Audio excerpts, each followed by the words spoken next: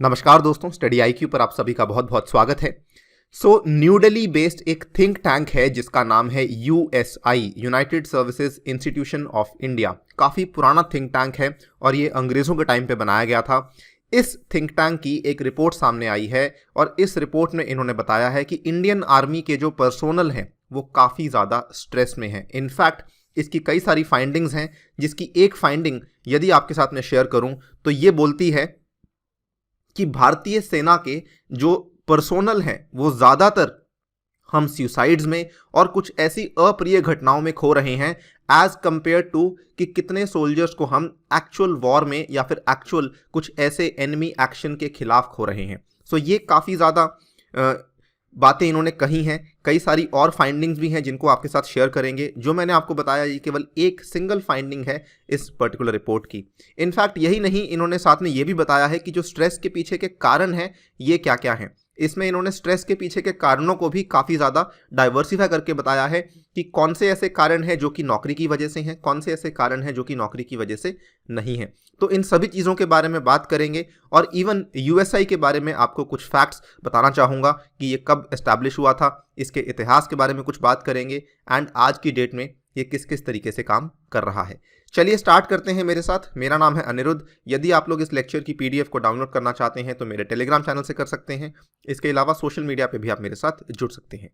Study IQ app को download करना ना भूलें from the Google play store, और ऐप पे आप कई सारे कोर्सेज उपलब्ध हैं आपकी यूपीएससी की तैयारी को आसान करने के लिए। यदि आप तैयारी कर रहे हैं इस आने वाले यूपीएससी के प्रीलिम्स के लिए जो कि 2021 में जून के महीने में होने वाला है, तो इस कोर्स को ज़रूर बाय कीजिएगा, which is past prelims discussion course. इसमें हमने पिछले 10 साल के पेपर्स को डिस्कस किया है आपके लिए।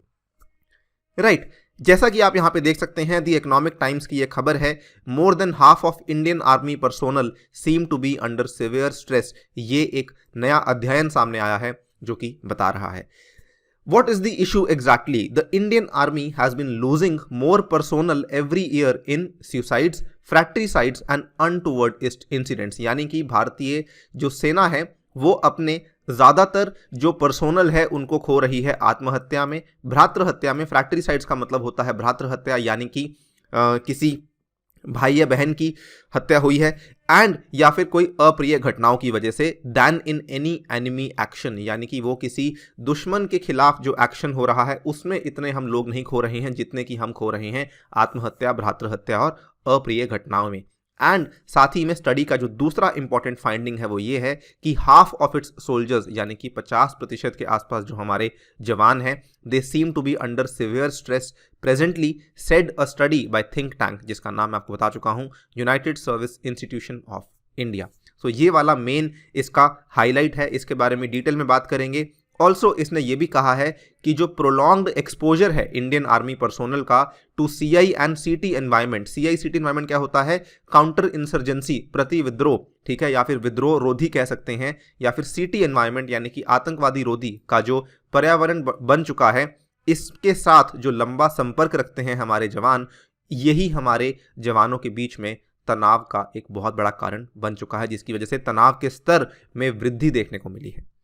ये कुछ बड़ी बड़ी बातें हैं जो कि इस रिपोर्ट ने कही हैं। बिफोर वी मूव फॉरवर्ड, हमें सबसे पहले समझना होगा यूएसआई और इसके थोड़े से इतिहास के बारे में। रिपोर्ट के ऊपर मैं दोबारा से आऊँगा। यूएसआई देखिए, इसको स्थापित किया गया था 1870 में। ये अंग्रेज़ों के टाइम पे स्थापित किया गया था बाय अ सोल्जर स्कॉलर, और उस टाइम पे कर्नल सर चार्ल्स मैकग्रिगोर, जो बाद में मेजर जनरल के रूप में रिटायर हुए, कर्नल सर चार्ल्स मैकग्रिगोर ने इसको स्थापित किया था। आप यहाँ पे देख सकते हैं, ये वाला इसका लोगो है, United Service Institution of India. ये एक नेशनल सिक्योरिटी और डिफेंस सर्विसेज का थिंक टैंक है which is based out of new Delhi, India. Also इसका जो मेन काम है, ये एटलीस्ट अपना उद्देश्य बताता है कि हमारा मेन काम है furtherance of interest and knowledge in the art, science and literature of the defence services, कि हम जो डिफेंस सर्विसेज हैं उसके अंदर अपनी रुचि को बढ़ाना चाहते हैं और लोगों की रुचि को भी बढ़ाना चाहते हैं, और उसमें लोगों का ज्ञान भी हम बढ़ाना चाहते हैं। It operates centre for research in various areas of national security, ठीक है। साथ ही में जो यूएसआई का जर्नल है, ये भी काफ़ी इंटरेस्टिंग फैक्ट है, जो ये पब्लिश करता आया है, क्वार्टरली पब्लिश करता है इसको। It is the oldest defence journal in Asia. तो काफ़ी पुराना डिफेंस जर्नल है जो कि यूएसआई के इंस्टीट्यूशन से निकल कर आता है और इसको हर तिमाही में निकाला जाता है, which is the oldest defence journal in Asia.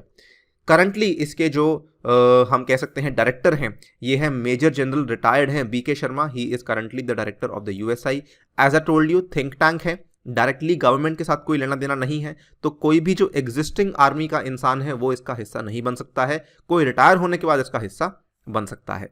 USI की वेबसाइट ये भी बोलती है कि जो हमारे 3 चीफ हैं, जो फिलहाल हमारे आर्मी के चीफ हैं जनरल एम नरावने, उसके बाद जो हमारे नेवी के चीफ हैं एडमिरल करमबीर सिंह, और जो हमारे एयरफोर्स के चीफ हैं चीफ मार्शल RKS भदौरिया, ये तीनों हमारे वाइस पेट्रन्स हैं। साथ ही में the president is vice admiral R Hari Kumar, who is chief of integrated defence staff to the chairman chief of staffs committee, right.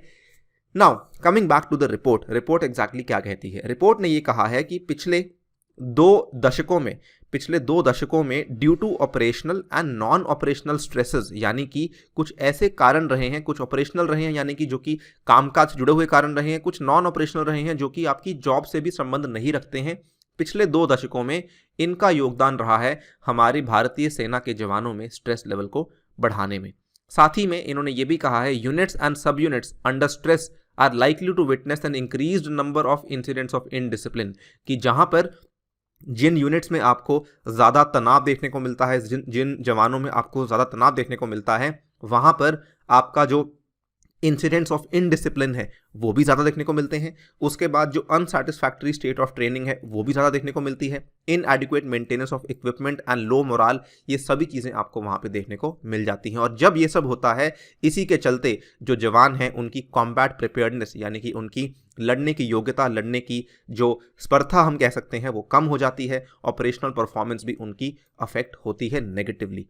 यहाँ पर अगर आप देखें, रिपोर्ट ने साथ में ये भी कहा है the loss is substantially greater than the operational casualties, यानी कि जितने लोग हमारे असल में एनिमी एक्शन के खिलाफ मारे जाते हैं या फिर अफेक्ट होते हैं नेगेटिवली, उससे ज़्यादा लोग ऐसे हैं जो कि असल में कुछ बीमारियों से अफेक्ट हो रहे हैं। और बीमारियों का नाम भी उन्होंने बताया है, it includes hypertension, it includes heart diseases, साइकोसिस, neurosis and other related elements. यानी कि हमारे जवान उन इवेंट से इतना परेशान नहीं हो रहे हैं जितना कि इन बीमारियों से परेशान हो रहे हैं, जो कि आपके सामने मैंने बताई हैं। ऑल्सो रिपोर्ट ने यह भी कहा है, और ये थोड़ा सा सरप्राइजिंग है, इन्होंने कहा है कि जॉब सेटिस्फैक्शन को लेके जो हमारा डेटाबेस हमने इकट्ठा किया है, उसके अकॉर्डिंग जो ओवरऑल जॉब सेटिस्फैक्शन है वो असल में जो JCOs होते हैं, junior commissioned officers, and ORs यानी कि other ranks. ORs basically army में वो लोग होते हैं जो कि नॉन गेजेटेड ऑफिसर्स होते हैं। JCOs एंड ORs में इन्होंने कहा कि जो जॉब सेटिस्फैक्शन है वो काफ़ी हाई है, it remains high amongst the JCOs and the ORs। लेकिन ये रिपोर्ट साथ में ये भी बोलती है कि ऑफिसर्स, यानी कि जो आपके कैप्टन्स के स्टार्ट होते हैं, कैप्टन, फिर मेजर, उसके बाद कर्नल, जनरल, मेजर जनरल, ये सब जो लोग हैं, officers lag a similar level of trust, faith and confidence in the leadership that JCOs and ORs demonstrate. यानी कि ऑफिसर्स जो है अपनी जॉब को लेकर शायद उतना खुश नहीं है। एंड इन्होंने ये भी कहा कि despite harsh and challenging service conditions, Indian army personnel remain highly motivated to serve in CICT areas voluntarily. जो आपके JCOs एंड ORs हैं वो तो आपके हार्श कंडीशंस में, फॉर एग्जांपल लद्दाख में काम करना है, सिक्किम में काम करना है, या फिर मान लीजिए आपको राजस्थान की ड्यून्स में काम करना है, तो वहाँ पर जो आपके सर्विस कंडीशंस इवन काफ़ी हार्श हैं, लेकिन इंडियन आर्मी के पर्सोनल वहाँ पे काम करने के लिए बहुत ही मोटिवेटेड हैं, बहुत ही प्रेरित हैं। बट जो ऑफिसर्स हैं उनमें इतना ट्रस्ट, इतना फेथ, इतना कॉन्फिडेंस नहीं है अपनी नेतृत्व में जितना कि JCOs और ORs डेमॉन्स्ट्रेट करते हैं। ये थोड़ा सा सरप्राइजिंग मुझे भी लगा था। अगर हम बात करें कि कौन से कॉजेज़ हैं, क्या क्या कारण बताए गए हैं, तो देखिए ऑर्गेनाइजेशनल कॉजेज़ बताए गए हैं, यानी कि कुछ ऐसे कॉजेज़ हैं जो कि इंडियन आर्मी के लेवल पर हैं। ये क्या है? Inadequacies in the quality of leadership, overburdened commitments की बहुत ज़्यादा काम होता है, बहुत ज़्यादा कमिटमेंट्स होती हैं, पूरी नहीं हो पाती हैं। इनएडिक्वेट रिसोर्सेज, जो आपके पास संसाधन है वो उतनी मात्रा में उपलब्ध नहीं है। फ्रीक्वेंट डिसलोकेशंस, यानी कि आपको बहुत जल्दी ट्रांसफ़र कर दिया जा रहा है, बहुत जल्दी आपका जो कमांड है वो चेंज कर दिया जा रहा है, आपको किसी और भेज दिया जा रहा है। Lack of fairness and transparency in postings and promotions, insufficient accommodation and non-grant of leave। तो ये कुछ कारण है जो कि ऑर्गेनाइजेशनल कॉजेज ऑफ स्ट्रेस बन चुके हैं among the personnel of Indian army. अगर हम बात करें परसीव्ड ऑर्गेनाइजेशनल स्ट्रेसेस, परसीव्ड क्या है? तो देखिए, एक तो है जो एक्चुअली ऑब्जेक्टिव है, कुछ होते हैं परसीव्ड, जो कि लोगों को लगता है लेकिन असल में होता नहीं है। इसके कुछ उदाहरण मैं आपके साथ शेयर करूंगा। Delay and denial of leave, excessive engagements, humiliation by seniors, lack of dignity. इसमें क्या होता है कि कभी कभार जो सीनियर है शायद उसका बोलने का तरीका थोड़ा गलत लगे किसी जूनियर को, बट मे बी शायद सीनियर केवल काम करवाने की कोशिश कर रहा है, तो that is why we can call it perceived. Similarly delay and denial of leave, हो सकता है कि सीनियर को ऊपर से ऑर्डर आए हों कि आप इस समय इतने लोगों को लीव नहीं दे सकते हैं, लेकिन जो जूनियर है वो यहाँ पे सोच रहा हो कि ये पर्सनली मेरे को ही लीव नहीं दे रहा है। So this is something which is called as a perceived organisational stressor. ऐसी चीजें भी आपको काउंट करनी पड़ती हैं, क्योंकि परसेप्शन से भी लोग परेशान हो सकते हैं। अगर किसी जूनियर को कोई परसेप्शन बन चुकी है कि मेरा सीनियर मेरे फेवर में काम नहीं कर रहा है, इस केस में उसको एक स्ट्रेस लेवल बढ़ सकता है। Unreasonable restriction on the use of mobiles, ये भी एक बड़ा कारण बन चुका है। Lack of recreational facilities and conflict with seniors as well as subordinates, poor quality of ration as well as cooked food. Now again, अब पुअर क्वालिटी ऑफ राशन की बात कर लीजिए। रिमेंबर कीजिए वो वाला टाइम जब आप कॉलेज में थे, एंड कुछ लोग कॉलेज के खाने को लेके इतना परेशान नहीं थे, लेकिन कुछ लोग बहुत परेशान थे ना। खाना सबको वही मिल रहा था, लेकिन जो लोग ज़्यादा परेशान थे वो कहीं ना कहीं इस प्रॉब्लम को परसीव कर रहे थे। सिमिलरली यहाँ पर क्या होता है कि अब इंडियन आर्मी के जवानों को जो खाना दिया जाता है वो ये सोच के दिया जाता है कि इनका न्यूट्रिशन पूरा होना चाहिए, बिकॉज जिस तरह की कंडीशन में ये काम कर रहे हैं वहाँ पे इनको किसी भी तरह की न्यूट्रिशन की कमी नहीं होनी चाहिए। जो इनके इंपॉर्टेंट मिनरल्स हैं वो इनको मिलने चाहिए, लेकिन इस केस में कई बार खाने का जो टेस्ट है वो कॉम्प्रोमाइज हो जाता है, राइट। सो इस केस को लेकर भी कभी कभार एक परसेप्शन बन जाती है, बट नेवरदलेस, भले वो परसेप्शन हो, भले वो एक्चुअल ऑर्गेनाइजेशनल स्ट्रेसर हो, कहीं ना कहीं वो स्ट्रेस लेवल में आगे जाके बढ़ावा कर ही रहा है। इसके अलावा रिपोर्ट ने यह भी बताया है कि there are certain non operational stressors as well, यानी कि होता क्या है कि सोल्जर जहां पर काम कर रहा है वहां पर उसको परेशानी नहीं हो रही, लेकिन जहां से सोल्जर बिलोंग करता है उसको वहां पे परेशानियां हो रही हैं।